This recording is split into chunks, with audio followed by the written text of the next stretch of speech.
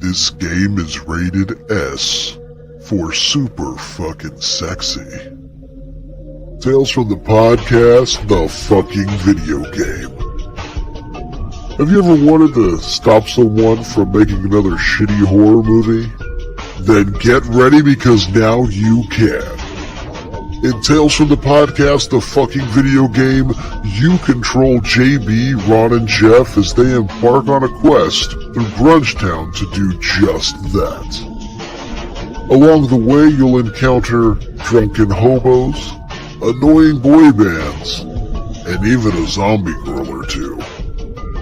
It's a retro-style RPG full of action, foul language, and enough horror references to make even the most hardcore horror fan explode from excitement.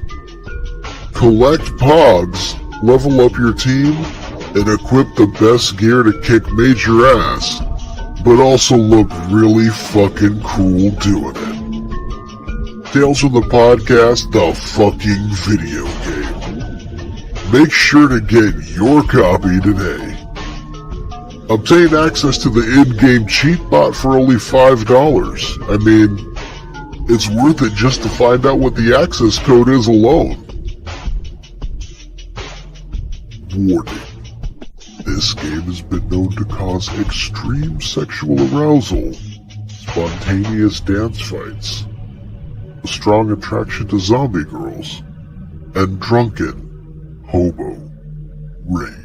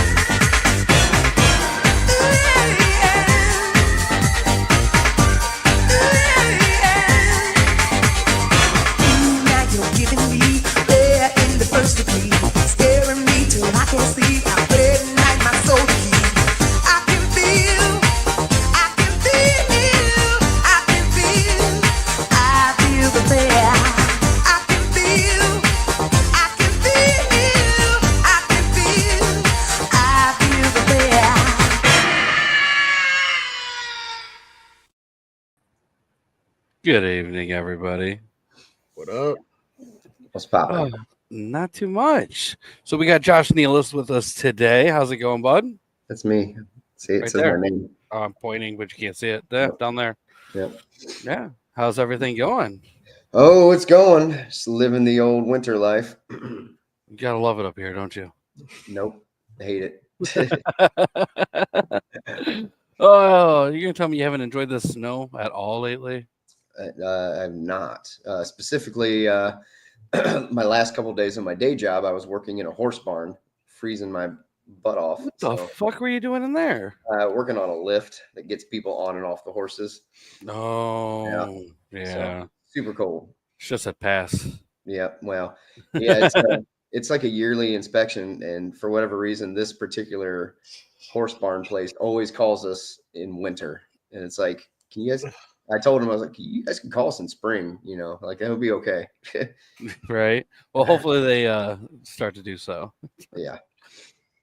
So we got Sean joining in already. How's it going, buddy? What's up, And Sean? our lovely Tricky. He feels the fear. And I believe on Joe Hendry.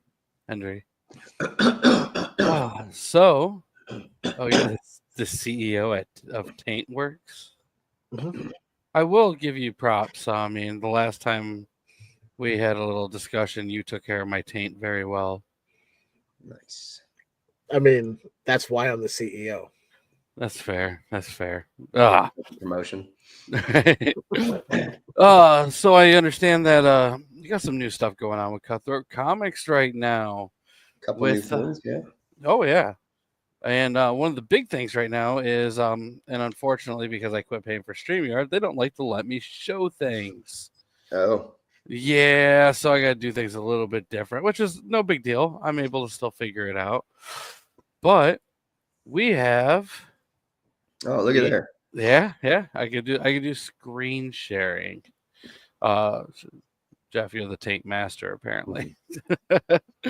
So, looking at this, man, you got 23 days to go, and you're already at 17 backers. Yeah, we're doing better than the last one. The last time we did a Kickstarter, it's everybody was having problems just getting their things funded and stuff. And I can see the names that have backed it, and there's a lot of new names, so that's a good positive sign, I think, that people are interested in this project. That's I mean, let's be honest, this right here is easily your best-selling book. Yeah, of the books. So I mean, you're kicking ass with that. Yep. Yep. I'm gonna try to share this URL, which is so fucking stupid. The Kickstarter URLs suck. Yeah, I just want to throw it out there. There's a way to make them smaller. It's like there's like this site called like Tiny URL, but I've never messed with it. Right. Well, for those curious, if you join together both of those YouTube comments I threw up there, put the second one at the end, I mean, that is the URL link. I'm sure there's another one that's a little bit shorter. I haven't seen it. If I come across it while looking, I'll grab it. I mean, you just go to Kickstarter.com and type in Cocaine Stripper Stronghold. It should pop up, you would hope. Yeah. I mean, yeah. Probably not another one on there. More than likely. I would assume not. But let's go ahead and check out some of these things you got going on with this. So, well, I mean, I guess we could just ask you right now what the plot of this is, but I mean, it's right here. Yeah. Cocaine. I'll be quiet. Everybody read it. All right. We'll take 30 seconds. Let everybody just read it to 30 themselves. seconds. Quietly. No, but for all the people who are just listening later on, yeah. Cocaine Stripper Stronghold is a raunchy comedy where a horde of zombie businessmen and a biker gang attack a brothel because, well, they like cocaine and strippers. Read along as Jane gets her girls ready to defend themselves, their home, and their business from a stampede of dead, well-dressed bro dudes and a dirty, smelly band of vulgar misfits. It's funny. It's gross. It's a book about love, perseverance, and good old-fashioned sexy time stuff. This book does not hold back. I feel like anybody who wants to snip that little bit out and use it for a video clip for a little ad for the book can do so. Yeah. I think I did a really good job reading that. Yeah. Couldn't have said it better myself. It's almost like I wrote it. I mean, we're not going to get to, the little details there, but yeah, maybe. Looks like you got some pretty cool covers going on as well. Looks like there's a sketch cover. Yeah, we got the sketch cover of Mike DiCarlo's pencils and inks, and man, he friggin' knocked it out of the park. It's for those that don't know, the cover artist and the artist on the flashback pages is a guy named Mike DiCarlo. who, if you're into comics, you might recognize that name because he's been around forever. Well, not forever, but quite a while. And so if you're familiar with Batman, A Death in the Family, if you're familiar with the first appearance of Lobo, Okay. if you're familiar with the first appearance of He-Man, if you're familiar with the first appearance of Booster Gold, he worked on all those books. And I pitched him this project quite a while back when I met him. He liked the idea. I sent him the script and everything. He loved it. And in fact, he's already told me he cannot wait to get working on issue 2. So to have somebody that's been around the block, done it at the highest level, work on this book, as well as be willing and able and excited to work on issue 2. I mean, he knows what he's talking about. So he knows a good story when he reads one, and he jumped all over this. And I mean, he killed it. I mean, you can see, I mean, he put everything he had into it, and he nailed it. Right. Can't beat that. And then, of course, Cristiano Reyna is my main artist, who's done all the regular pages and the coloring and stuff. Right. And he just does his thing. The dude's phenomenal. He's basically a cutthroat fucking staple at this point. Right. And I mean, the artwork looks fucking awesome in this too. Yep. And then this is Mike's flashback pages. We kept it kind of slightly monochromatic, just to show that, it's a flashback. It happened in the past, but I think it plays really well with Mike's old school kind of style of, I don't want to call it cartooning necessarily, but graphic art drawing skills and stuff. I mean, they look great. And obviously based off of the book, Cocaine Stripper Stronghold. Right. And we've updated the logos to match, because you can't have non-matching logos. So no, it's actually illegal. They made laws against it. Oh, there you go. That's why I did it. I knew that. That's why I did that. Okay. Trickpedia asks Josh, does the fundraising the right way, unlike someone who is in a Return of the Living Dead movie and uses it to bring people back with bad CGI? And Sean says, very cool. Thank you. Hopefully you guys are checking this stuff out too over on Kickstarter. It's pretty cool. Please do. You won't be disappointed. It's really funny. But if you've read any of my stuff, and Justin can tell you, I think I'm really good at character development. That's probably my one thing that I'm really good at. So even though the novel is ridiculous, I mean, it's ridiculous. Yeah. But I think the characters still develop really well, which gives it that heart that you need for a good story. Oh yeah. Yeah, looking at some of this stuff is awesome too. Yep. Again, there's DeCarlo stuff right there. Yep, all of his he's like cartoonist of the year back in 2002 or something. I can't remember. Yes, 2002. I mean, it's the dude, he thinks it's weird because I called him a legend, which he is. He's a legend of the industry. I mean, he's right. But also at the same time, he's still pretty young and has a lot left in him. Yep. So it's really cool.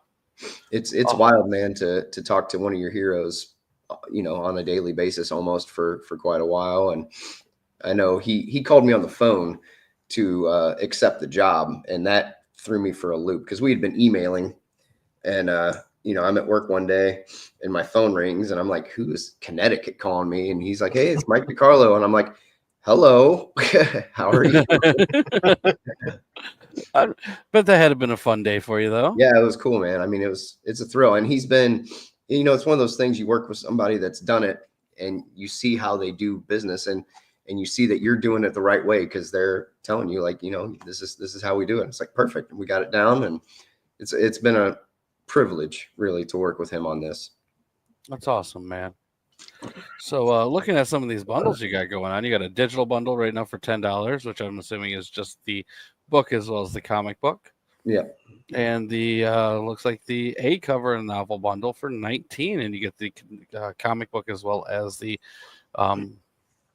book there.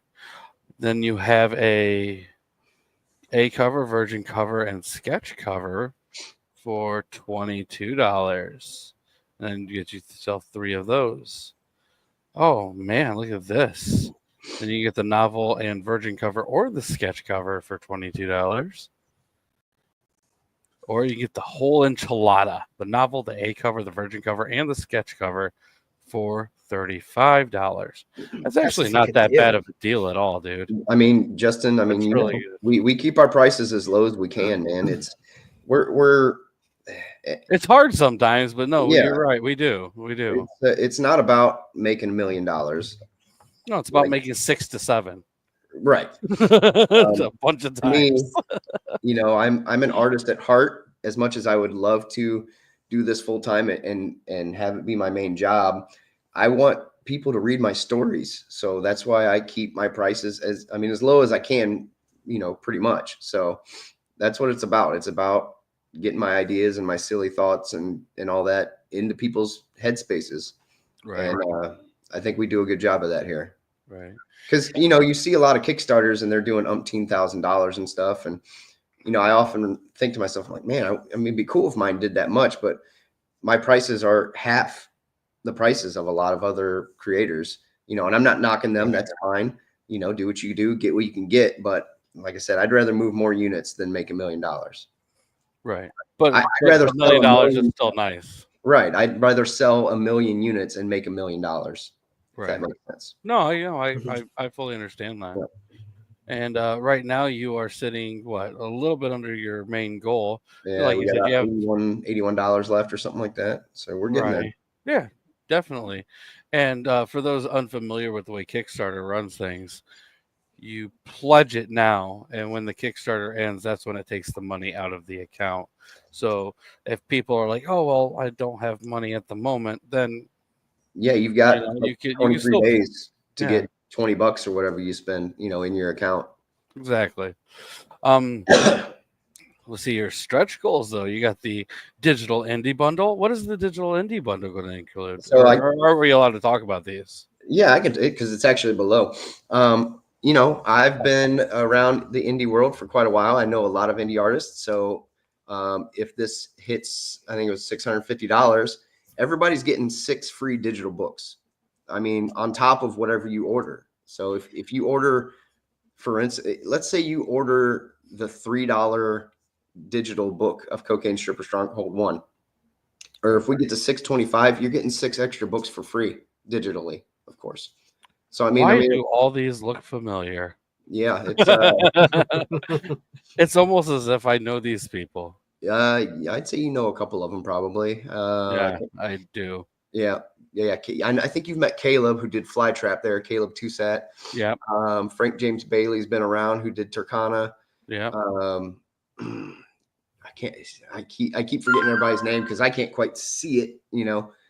John Westhoff did one of them. I think the CPS or whatever it is there. Corruptors, Ed Davis from Finish Line Comics over there in San Diego-ish area, I think. And then Doghouse down there is Rodney Fike from Hasm. That's a cool book. I think I have that one. Yeah, I've met him as well. Yep, good people. Oh yeah, we're the best. Yeah, and let's see here. We got all books signed for $7, a free COA, Turkey Sharks 1 and 2 digital copies, and a Cocaine Stripper Stronghold logo magnet, and more. And more, yeah. If we break past that, man, I'll add some more stuff on. Right. Nice. This is awesome, man. I'm very excited for you. Yeah, it's an awesome project. It's a 4-part comic series, so we got 3 more issues after this. But it's a lot of fun, man. This was kind of, I wrote the novel a couple years ago. I think I sat down well over a year and a half ago and wrote all 4 comics. So it's been a year and a half or so before we're actually able to finally do this. So I've been waiting a while for this one. Right. No, I've been in the loop for a while on this one too. Right. Yeah. I'm excited to see where it goes. That's for sure. Well, that's awesome, dude. I'm very excited for you. It's gonna be awesome. It turned out great, man. I can't wait to help push those. Yeah. Oh man. So go ahead and change gears a little bit. We watched an episode of Are You Afraid of the Dark, the second part of a 2-part series. And Josh went and took a watch as well. Did you get a chance to watch part 1 too, Josh? Yeah, well, yeah. I mean, I didn't All right. want to not Just know go, what was going just on. know that way. I don't want to be confused that Are You Afraid of the Dark? All right. Do you remember the show or no? I watched it like a little bit, not that much, man. Because I have such a vivid imagination, I almost by default had to kind of stay away from horror when I was younger because like it's a guaranteed nightmare. And I understand that Are You Afraid of the Dark is not that scary, but my imagination would run wild. And it still does to this day. Like even today, if I watch like a horror movie, I'm going to have a nightmare. Like it's going to happen. Which sucks because I do like horror quite a bit. You know, and I do watch that stuff from time to time. If it's something that piques my interest. Like I love the Frighteners. I love the Scream movies. You know, I like horror, to an extent, but yeah, I stayed away from that stuff when I was younger. So, but I did see a little bit of this. Does this happen to be an episode that you've seen before or no? Oh, no. I couldn't even tell you which episodes I had seen. Because I remember this was on like right about the same time as Erie, Indiana, I think, right? Pretty close. Yes. Yeah. For those interested, by the way, I did find the shorter link, like I told everybody, and I went ahead and put that in there. So if everyone's able to go ahead and take a look at that, I'll keep that up too for a little while. Yep. And for what it's worth, the book is done. All we got to do is pay the artist. So as soon as the Kickstarter is over and they send the money, I pay the artist. He sends me the files, and it's off to the printer. So. Right. So yeah, definitely take a look at that, guys. I mean, it's not something you're going to be waiting years or months. It'll be 6 weeks or so. It's done. Right. All right. So let's go ahead and actually, I didn't ask Jeff this. Jeff just real quick, I just backed the project at the whole enchilada level. So. Oh, you're the man, dude. Thank you. Nice. Yeah. So I didn't get a chance to do the last one, so I was like, you know what? I got it right now. Let's just do it. That's awesome, man. Yeah, everybody follow the leader, follow the taint CEO, and all the cool kids are doing it. Yeah. So good to I forgot to ask Jeff because Jeff was out last week with super bad diarrhea. It happens. It does. First off, how's your asshole? It's a little tender, but they gave me a dead cow tongue to sit on, so I'm good. Nice. All right. Were you able to watch part 1? I was. I did watch it last week in anticipation of hoping to be on. But then I feel like I heard another voice there, Mr. Josh. Did your son just hear me? Yeah. He's listening. Hi. How's it going, buddy? Oh, all right. I won't ask Jeff about anything else with his. Feel free. He hears it from me anyway. Imagine hearing that one from your dad. Don't even have to imagine it. Oh man. So let's go ahead and jump into some of this then. As for the cast of this, I mean, I basically went through the majority of this last week, but just to give people a quick rundown, we have Charles S. Dutton in this episode, Dominic Zamprogna, Andrew Sardella, Aaron Tager, Richard Dumont, Chip Chupica, Emily Hampshire, Susan Almgreen, Marie Mortar, Mark Bramlow, I don't fucking know, whatever, and Jay Fry. Thank you. And I've went through all these people last week. If you're unfamiliar, just take a peek at last week's episode. It's a short one because I did not realize how much of a pain in the ass it would be to do a multi-part episode and talk about it in its entirety without trying to also give away anything from the ending. So I had some issues there, Jeff. But I can see that because I watched the episode and I'm like, that's gonna be a bitch to talk about. Yeah. How do you do this? Yeah, I think the next time we might just go ahead and combine it into an episode. Yeah, because I think there's two more. Well, or at least one more 2-part episode. Well, we got a 3-parter coming too. Oh. Yeah. Oh. Yeah. We'll figure that out as we go though, but hardcore 3-way action. Ooh, sexy time. So, oh Jesus. So, Jeff, why don't you go ahead and give a little bit of a rundown on this episode, man? So basically, you know how the last episode ended if you watched last week. This one picks up right where it leaves off. What's his name? Rush? It's the brother? As two-parters usually do. Yeah. This one starts right where the last one left you. Rush goes to Sardo trying to figure out, like, hey, what can I do? My brother got taken by Cutter. He's like, I can't help you, but gives him a card to somebody who can. So he heads over to this barbershop. Lo and behold, the person who brought Sardo the chest in the first place and was waiting for somebody to open it, it's our old pal, Dr. Vink. You know, the one who's not a nutbag. Right. I love that he brought that back. He's like, I'm not a nutbag. I like how the kid's name is inscribed on the bottom of it. And they're like, we don't know who's supposed to open this. So the kid's just like, look, I just need help getting my brother back. You know, there's been ghosts, whatever. And he's like, well, I can't help you because there's got to be someone who's supposed to open the chest. And if you open the chest, you're kind of the person that has to solve everything. Because the kid's like, what do you mean? And then we see the chest has a name inscribed on the bottom, which is the kid's name. He was named after what, like a great grandfather or something like that, I believe. Named closely to him. So Vink's telling him, like, you got to take this dagger and you have to confront Cutter and put an end to the curse, so to speak. So he and Vink head off. Well, I think Rush headed off on his own, but Vink just tagged along because he wants the treasure that's there. Yeah, he creepily somehow follows very fast. It pops up out of nowhere as this kid's trying to figure out where to go to find his brother. Right. And he confronts the ghost of, I forget who the ghost. His the name great-grandfather? The great-grandfather. I was trying to think of his name, but I couldn't think of it. Is Ian Keegan? That's right, Ian Keegan. Yeah, because he's Russell Ian. Oh my God. Forgive me. My brain ain't working right now, man. You're fine.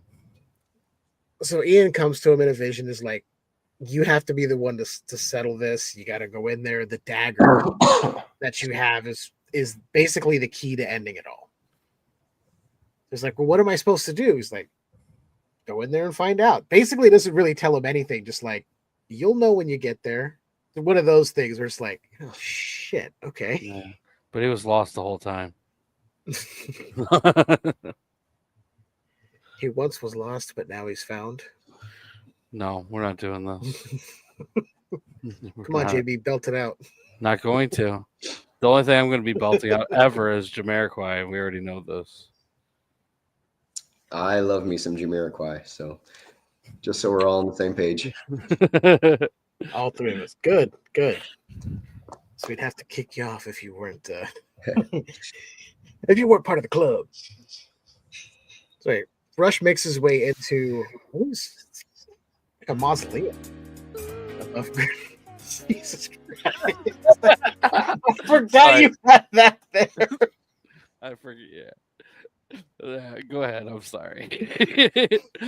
When you love Jamiroquai and you all get together, it's just at least my friends used to make fun of me for liking that band, and I'm like, dude, they're pretty sweet actually. I was like, they got a handful of really good songs. They really do. Yeah. It's just a very small handful. Yeah. There's like 5 to 6 songs that are like pretty sweet. I got like 3 or 4 that I really enjoy. Black Capricorn Days is a really good one. I mean, Virtual Insanity was like, that song made me want to fucking start playing the piano and everything. So I mean, I learned extra instruments just because of that song. I mean, just that video alone, it's like, that was wild when that came out. I was like, this is like one of the coolest things I've ever seen in my life. Yeah, you know how long it took them to build a room that did that? Yeah. And then they just pushed it down, right? That's what they did. I don't remember. I was just talking shit. Yeah. Didn't you get quotes on making your whole house work like that, where you could have the moving floor? I mean, it down. I'm pretty sure I can install a conveyor system. I just can't imagine that everybody in my house will be on the same page if I did it. I'm just imagining you started to troll people when they're like, I gotta go feed the dog, and you're like, turn it on as they're running and watch them fall. Yeah. So actually, what they did is they had a room built, and then the stagehands or whatever, were pushing it. So he wasn't moving. The whole thing was moving. Oh, yeah, that makes sense. Camera tricks. Oh, who knows? I just like to think it was just magic. It was magic. Magic from that sweet fucking hat. Australian or New Zealand magic, wherever Yeah, they're from. I can't remember.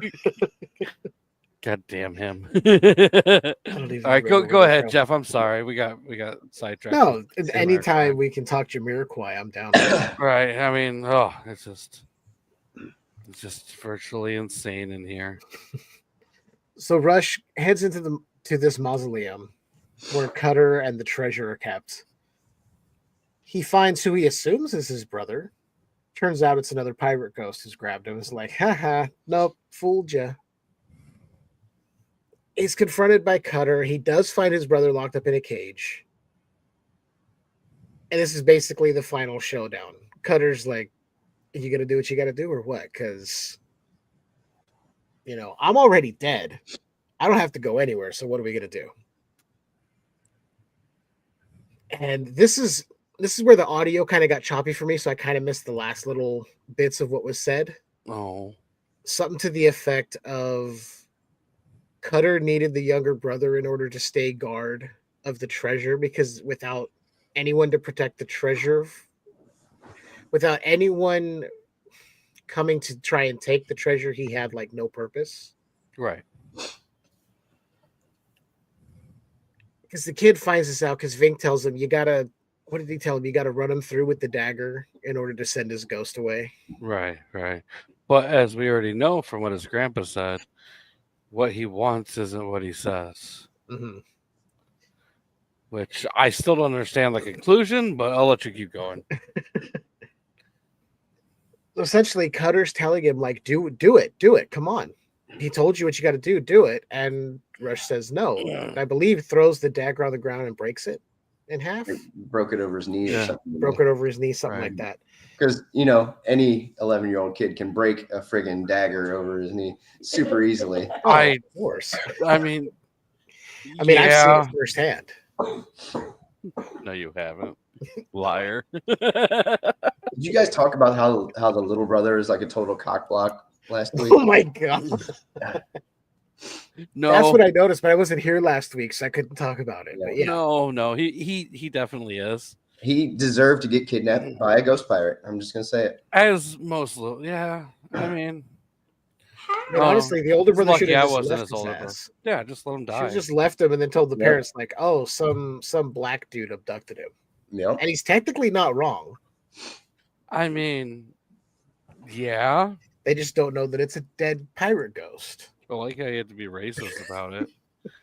Like, trying to be racist, you could have just told them exactly what happened, and they'd have been looking for somebody they would have never found him, and they could have just written off the younger brother as dead or something. Well, Vink knew where he was the whole time. Yeah, but the parents aren't going to go to Vink. They don't know who Vink is. Oh, no. And again, he's the local barber, apparently. I mean, the dude's done everything. Ran movie theaters, had a soup shop. Now this. I mean, lived in the forest. Yeah, he did. Vink's awesome. Vink is awesome. We'll talk more about him though. Yeah, we'll get more to that. So Rush essentially ends the curse by trapping Cutter with the treasure. Gets his brother home. His parents return from their weekend trip. The spyglass that was showing visions of what was to come is now just working normally, and everyone gets back to normal. Are you sure? Because Trekipedia says, I heard the cliffhanger for part 2 is Nightman shows up. See, you're getting confused. That's in the 3-part episode. I did do some research. Nightman shows up in the 3-part episode. Nightman is fucking awesome. There is no denying that. You cannot hold me responsible if Nightman does not show up and you. No, we do have to ask though. Is Mr. Neelis a fan of Nightman? I am very, very slightly familiar. I'm pretty sure I know who that is. I mean, technically, he's based off of a comic book, but Real fans know him from the amazing TV show from the, was it 97? Yeah. I It's believe like, it was 97. I'm yeah. pretty sure I can picture him in my head. Let me Google him while we're. Doesn't he have like a black mask with like a yellow cross on it or something? No, black mask, and he had a red eye. Kind of a black and purple, wasn't it? Kind of a black and purple suit with a black or purple I mask. think it was. Yeah. Yeah. I have to look it up too now It's because pretty fucking sweet. Okay, it's Like yeah. black and blue. I'm getting all the weirdest. I don't know what I'm looking up. Oh, it's like black and like baby blue kind of thing, but the mask did have one red eye. It did, and it was an amazing. There we go. Yeah. I kind of remember that. Was Matt McCallum? Yeah, He drove a I Prowler. watched that. sweet car. But come on, let's be honest. What was the sweetest part about it? He played saxophone. Okay, I just found something because I was looking on my phone, and I don't know if I can pull this up quick enough to see, but apparently there was a Nightman TV show RC car, 1/12 scale. So What? the Prowler and a Nightman figure. I've never looked into if there was Nightman toys. So you can kind of I see didn't. it there. Didn't even think about that. Hmm. I see Watchmen toys. Hmm. Yeah. Huh. I wonder now. The Nightman action figure. There is from Ultra Force. There is a. It's only $12. That's not fair. Nightman deserves to have a little bit more than that. That's brand new in a box and Man, everything. I found one brand new in box for $8.05. I'm starting to think that maybe the stuff we like just isn't very famous or popular. Maybe. I don't know, but Oh. So, anyways, then I guess we should go ahead and just talk about what we thought about this episode. And Josh, since you're our guest today, obviously you know we give everything a rating between 1 and 10. But what did you think of this episode? And if you had to rate it, where would you throw it? Oh, I mean, it was fine. You know, it is what it is. He says a 5. So Yeah, it's actually decent from what I heard. Thank you. But he's a kid, so if he gives it a 5 as an adult, shouldn't I give it lower than that?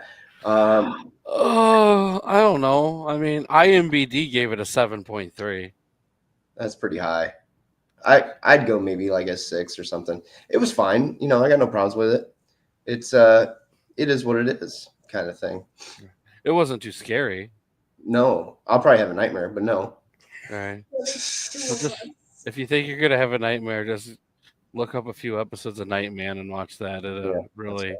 It'll settle you down knowing that we have somebody like Nightman to patrol. Mm-hmm. that is true. That is. I'll just put on some Jamiroquai and. I mean, dude, there's nothing wrong with that.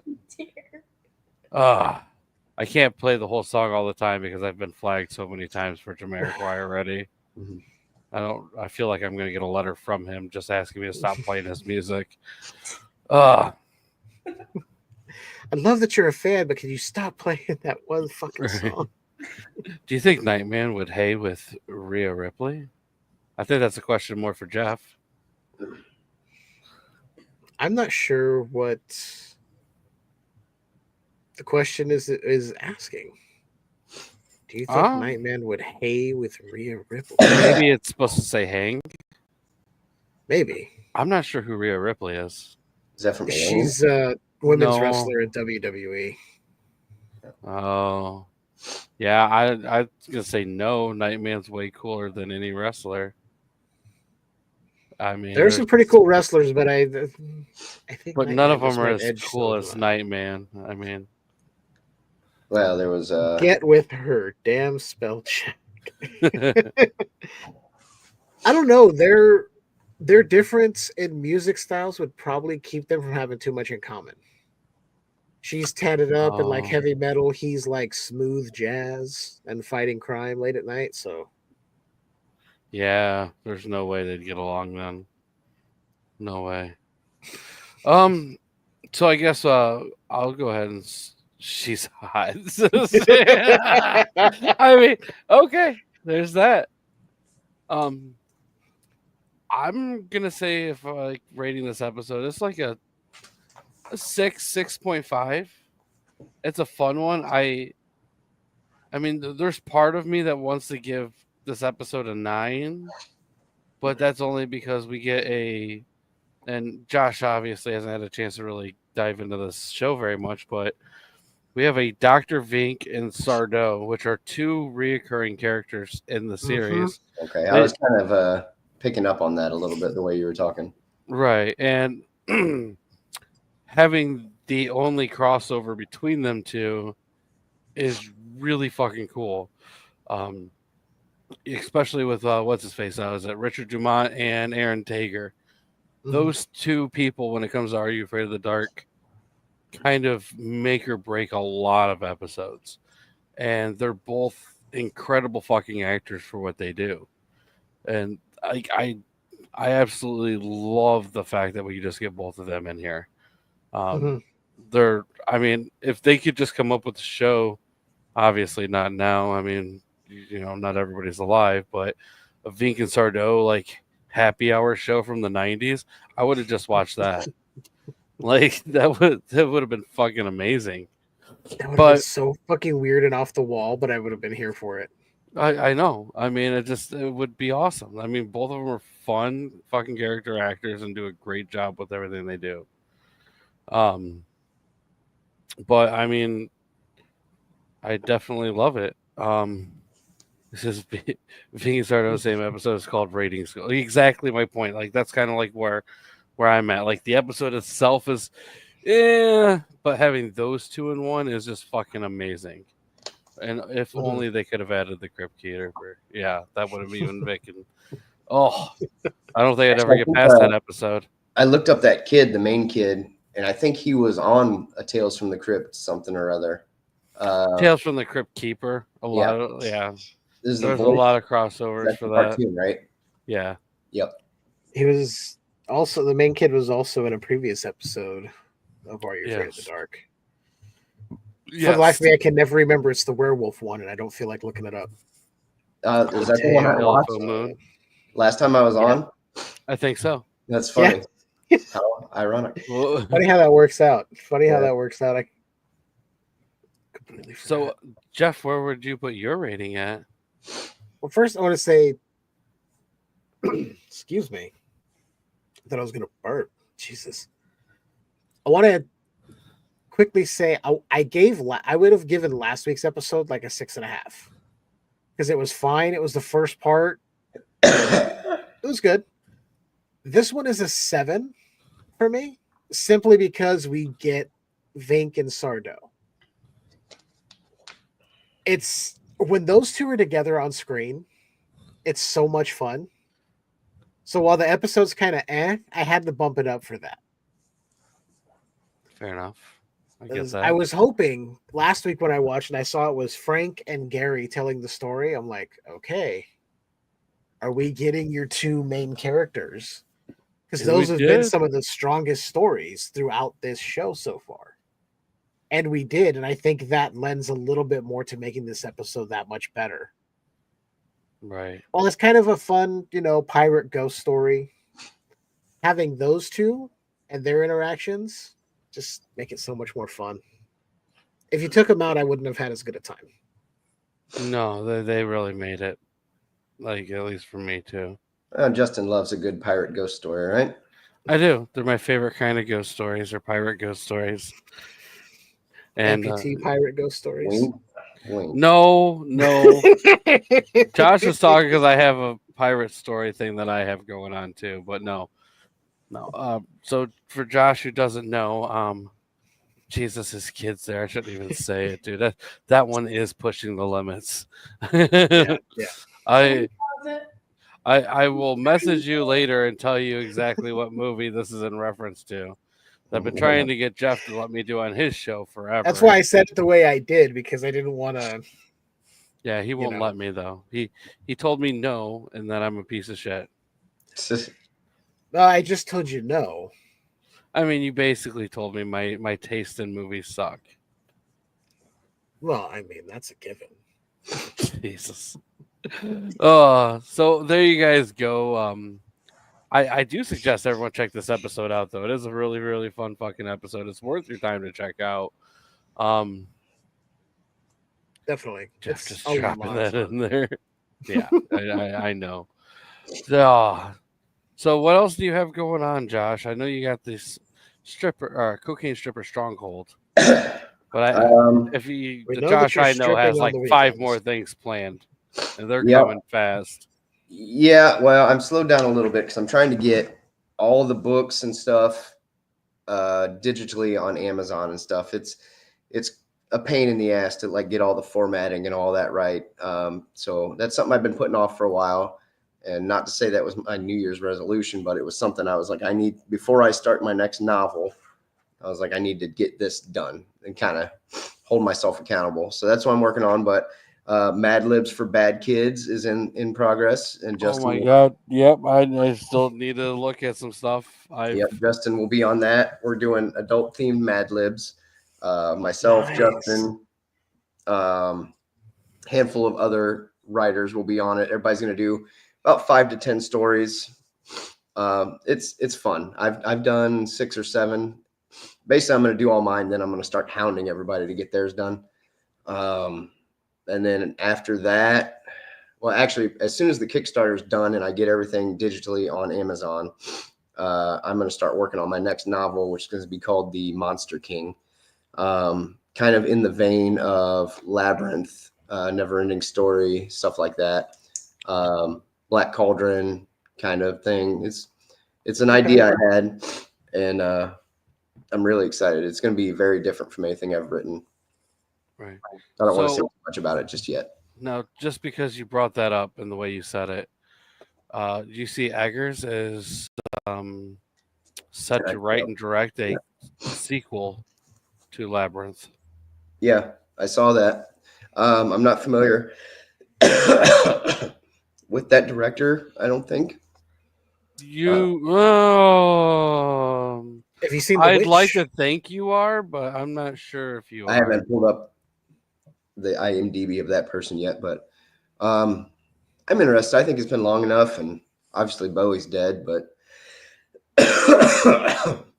we'll see what they got. I think they're gonna marionette him through it. Yeah. Just Yeah. dig up Bowie. Dig him up. So just so you're aware,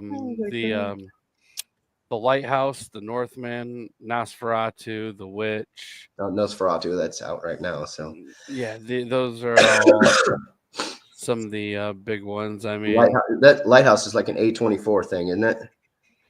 Yeah. I mean, it's very art house one. That's the one with Defoe and yeah. Pattinson. Yeah, I pass. I don't like Pattinson, so no.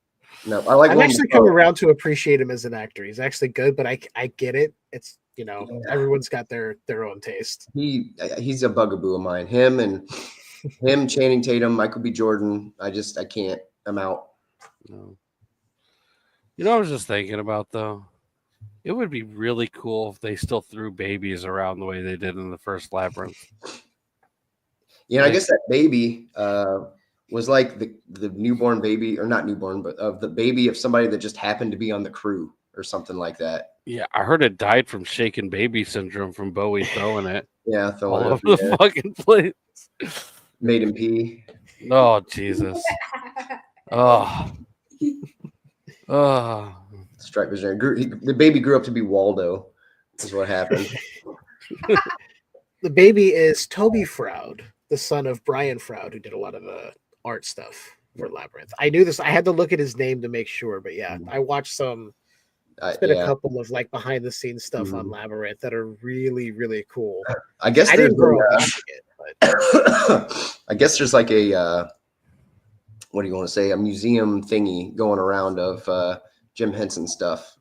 That would be cool to go. I think the one's in Chicago. I assume it's moving around like the Marvel one did. Probably. If I I see wouldn't be that it's coming surprised. near here, I'm probably going to try to go to that because I know that Henson's kid is one of the producers for the second Labyrinth movie. Both of them, his son and daughter, Nice. Oh, they are both both are attached as Ooh. producers. Yeah. So like, even if they're I just knew his there in a son was. I producer didn't know he capacity, was. Yeah. even them being involved in a producer capacity gives me faith that they'll kind of keep things. Somewhat true, at least, right? Yeah. They need to At have least try to be like, Muppets and no, stuff. like you can't CGI the fuck out of this. You need to do actual puppeteering. Yep. Do you think they will remind me of the Babe? What, babe? The Babe with the power. What power? What power? This is gonna go on for the whole song, isn't it? The power of voodoo. Voodoo. You do? Do you have that pulled up so you can share the Remind me of the screen again? Remind me of the Babe. Hey, what? Those talking about giving me nightmares. Those dudes in the forest that rip their heads off and stuff. Yeah, gave me nightmares. I can see that. Absolutely did. Oh, I I can see love that. that movie so much. Oh, it's As a child and a teenager, Oh, and then I in my love it. 20s. See, I and missed also my watching it as a 30s. kid, oh man, but I know that had I seen it, I would have loved it yeah, because it's fantastic. that dark fantasy, just like never ending story. Yep, I love Sir See- Generous so much that I love that character. He's so fun.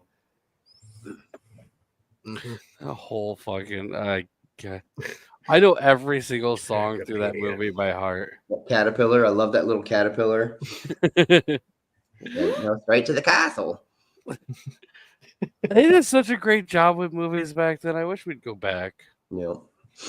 Did you see the Trichopedia. It wasn't a working microwave, but still, I know what you're saying. did you see the Jim Henson documentary? I think No, I haven't. on Disney I Plus. haven't yet. I think that's where it's at. It was good. It was good. I saw that they had one, but I didn't have a chance to actually watch it. I've been Yeah. I always watch that kind of stuff. As a writer creator, I like to see, behind the scenes of that stuff to see if I'm doing my creative process the same way they do. And a lot of times I'm right on with it. So that always makes me happy. Yeah,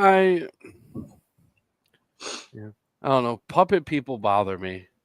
I like puppets and everything, but just the type of people that get behind it and really do it, there's always something really weird about it. Because, like, even the guy with, like, Big Bird and all that shit and all the weird shit that motherfucker was into, I mean... You got to be special to spend most of your day with your hand up a... Yeah, there's always a weird issue there. I look at it this way. Jim Henson was known to be, like, a hardcore hippie. Yeah. So I'm pretty sure there was some illicit substances, and he just wanted to have a good time, and that led to puppets. I think he just seemed basically started off furries, and just like it was all because of him. Like, time to clock in. Yep. Prepare the long yellow glove. Yep. Oh, we're gonna have to do Kung Pao again, I think. Oh. I've got some topping for your popcorn, and it's not dairy. My nipples look like milk duds. Like, oh, God. I've chosen the large tub. Have you ever seen Kung Pao, Josh? Is that Legend of the Fist? Is that what we're talking about? Into the Fist. Into the Fist? Yes. Yeah. Once, maybe twice, a long time ago. Oh, man. That's something. That's basically me and Jeff's gold standard of comedy is that movie. Fair enough. Wait, which one put it on? I'm laughing. That's the one. There's two of them that are similar. Which one's the one where he fights the cow? The one we're talking about. Yeah, that's what we're talking about. And then there's another one that's like kind of ridiculous like that too. I can't remember what that one is. That might be Kung Fu Hustle. Yes, that's it. I haven't seen that one, but I know the name and I've seen clips, and I'm like, why? That was a lot more serious than, and it's not serious at all, but it's a lot more serious. Yeah, it's less like it's grounded in more of a reality than Kung Pao Enter the Fist. Nobody fights a cow. Yeah, yeah, those French has a talking. That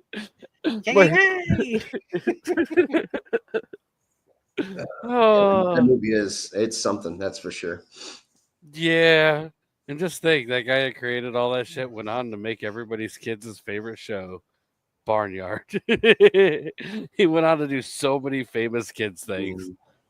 Oh, but Like anyway, anything you look at his list and you're like, really? He was involved in that too? oh, I know, There's Odenkirk or something, right? Bob Odenkirk, Steve.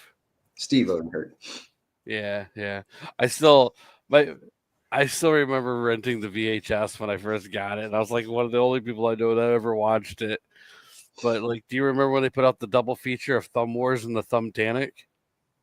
It's basically Star Wars and then Titanic, but it's all just Steve Odenkirk dressing up. I still have to see those, and I think I'm just going to It's so bad. I love it. see if I can find those somewhere. Fair enough. I don't know if they're technically in print anymore, but at least I can see them somehow. I don't know. I don't even know if you could find those even streaming anywhere. Oh, great fucking movie. You might get lucky if it shows up on like Hoopla or Tubi, maybe. Oh god. Wikipedia. Don't get me started on Back to the Future music. It's gonna be stuck in my head all night. Jesus. So it's already started. God damn it.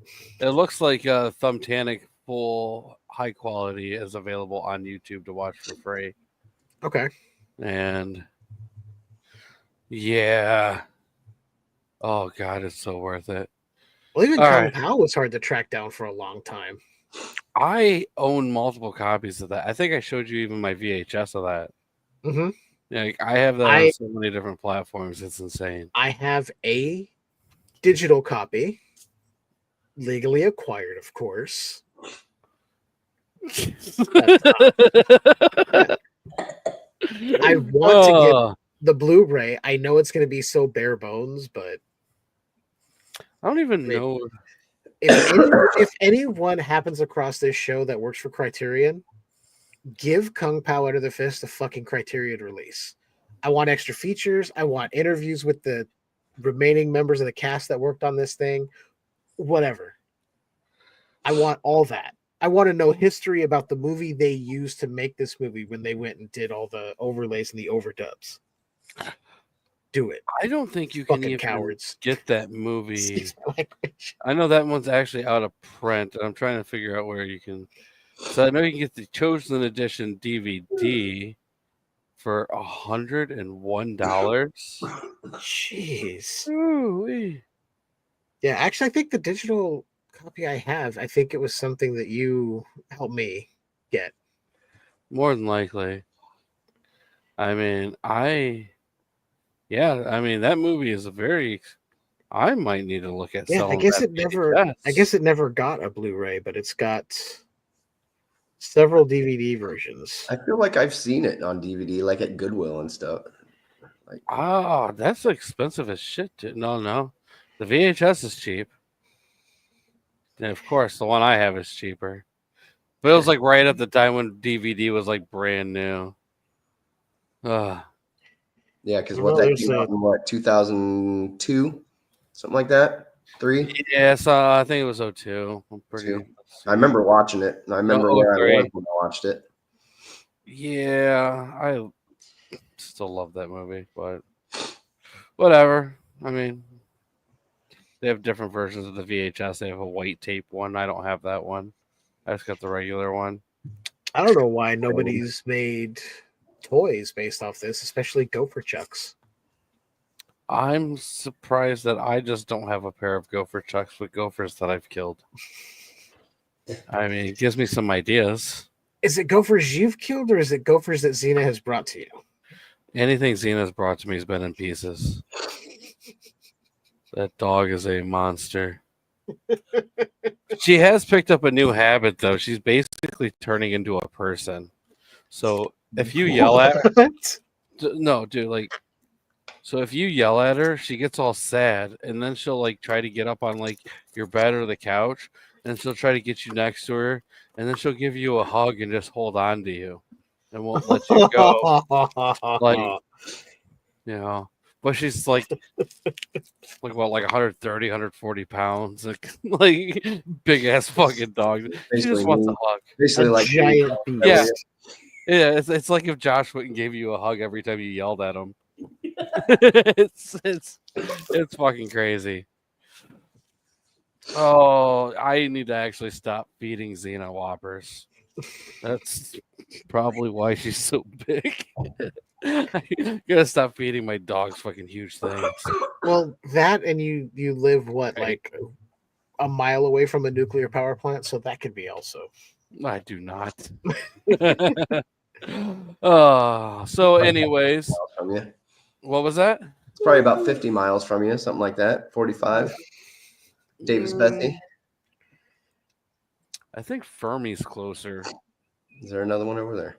in Michigan. Okay. Yeah, I'm not sure how far I am from I that one was though. just pulling something out of my rear there. Yeah, there is one right up on the lake, not that far from us. Right. Yeah. Damn. All right. Yeah. So, anyways, looks like you are less than $50 away from your goal now, Oh, and man. oh yeah, and so I will go ahead and post that link again before we go ahead and start to go and get out of here. But thanks everyone for watching. Josh, dude, thanks for always coming on. Absolutely. Sorry, I'm just getting over a cold. When you got a No, 9-year-old you're at home, you're basically always No sick. worries, man. You're good. So yeah, please everyone, if you can, check out the Cocaine Stripper Stronghold. I mean, It'll be worth it. Josh always puts out really great work. Yeah. I mean, I strongly suggest everyone to check out that novel while you can too, because It's ridiculous. I've been with Josh so many times as we're selling shit, and that book, I mean, Flies. it does. I mean, there's a chance that you can be like, oh, I think I'm going to go ahead and pick up this book. There's a legit chance that you won't get a copy of that book if you go to see him. Like that book. I'm out of them right now, actually. My point exactly. I mean, Wow. Yeah. no, Yeah, I mean, I'm not They're on even order, Yeah. but yeah. I mean, it's crazy how fast those fly off the shelves, and I've personally seen it. I mean, I've helped push the fuck out of them too. I mean, it's an easy sell. It really is. And it's not that long of a book, really. No, not at all. But anyways, Jeff, what's going on with Skewered Universe? Well, I'm glad you asked. We just released an episode for January's for Giallo. I sat down with former host of this show, Chuck Nasty, and we talked about Mario Bava's Bay of Blood. That was a lot of fun, so go check that out. That is out now. You can head over to talesfromthepodcast.com, find the links there to my stuff, or you can head over to skeweredhead.com.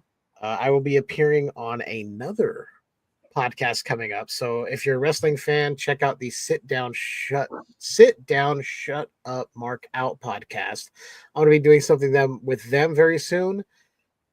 And then we're going to have the final episode of January's for Giallo recording next week, where we're going to be talking about another Mario Bava film. So we went back-to-back Bava this month without me even knowing. We're going to be talking about Blood and Black Lace. And I've got a special guest on that, but I don't want to give too much away until we get there. Very nice. When are you going to be doing Long Gene Silver? Probably next 2025. The next one tomorrow? No, once this year's done, then we'll see. When 2025 comes back around, I'll do it then. Okay, fair enough. No, and we decided February is going to be dedicated to the films of David Lynch. So I heard David Lynch's favorite movie was Long Gene Silver, which I mean kind of fits in the same boat. No, does it? All right, Josh, do you have anything else you want to share before we get out of here? I'm a virgin. All right, and you heard it here. Thanks everyone for watching. We greatly appreciate all of you, and that was a lie. I like to think that it was true, and we just don't know where the kid came from. Yep, just popped up. the kid was just, the creepy crawler thing that you Actually. had that they used to sell for kids. It was kind of like that, but he made a kid. He made it with the Mad Scientist gummy kit. It just grew up. Yep. Oh no! Do they still have those? I don't know. I'm assuming they stopped because kids probably burned themselves really bad on that thing. It was like the boy version of an easy bake.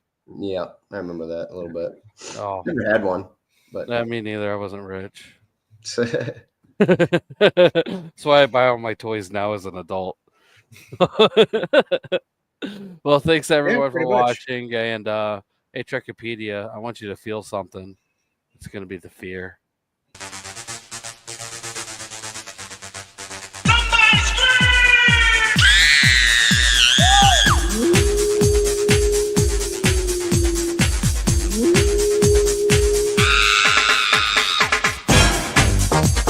I should have died!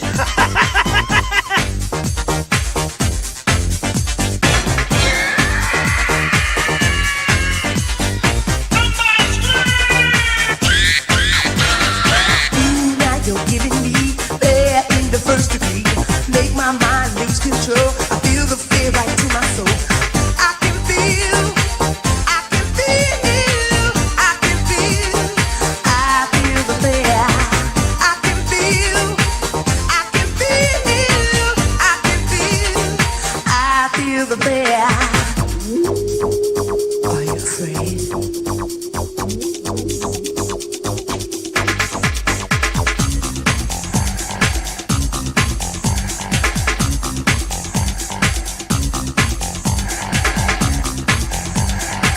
I got the feeling. Ghosts.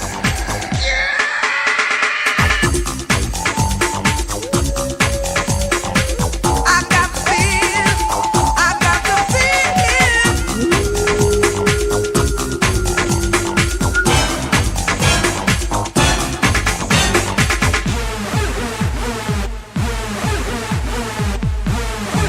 The dark.